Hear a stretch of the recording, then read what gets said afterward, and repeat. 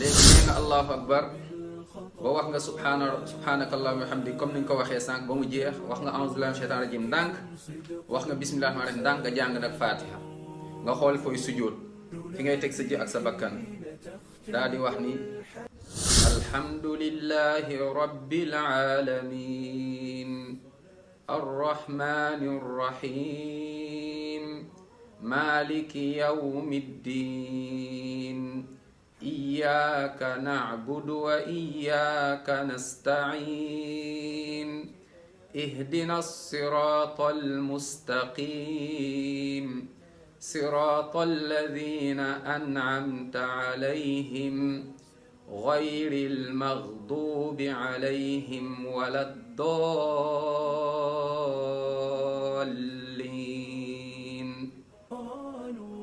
Soo taree Fatiha nga waxaat bismillahir rahmanir rahim ndànk nga daal di jàng saar boo bëgg wala boo nga daan jàng aaya. Exemple saar qul huwa allahu ahad allahu samad lam yalid walam yulad walam yakun lahu kufuwan ahad. Allahu akbar.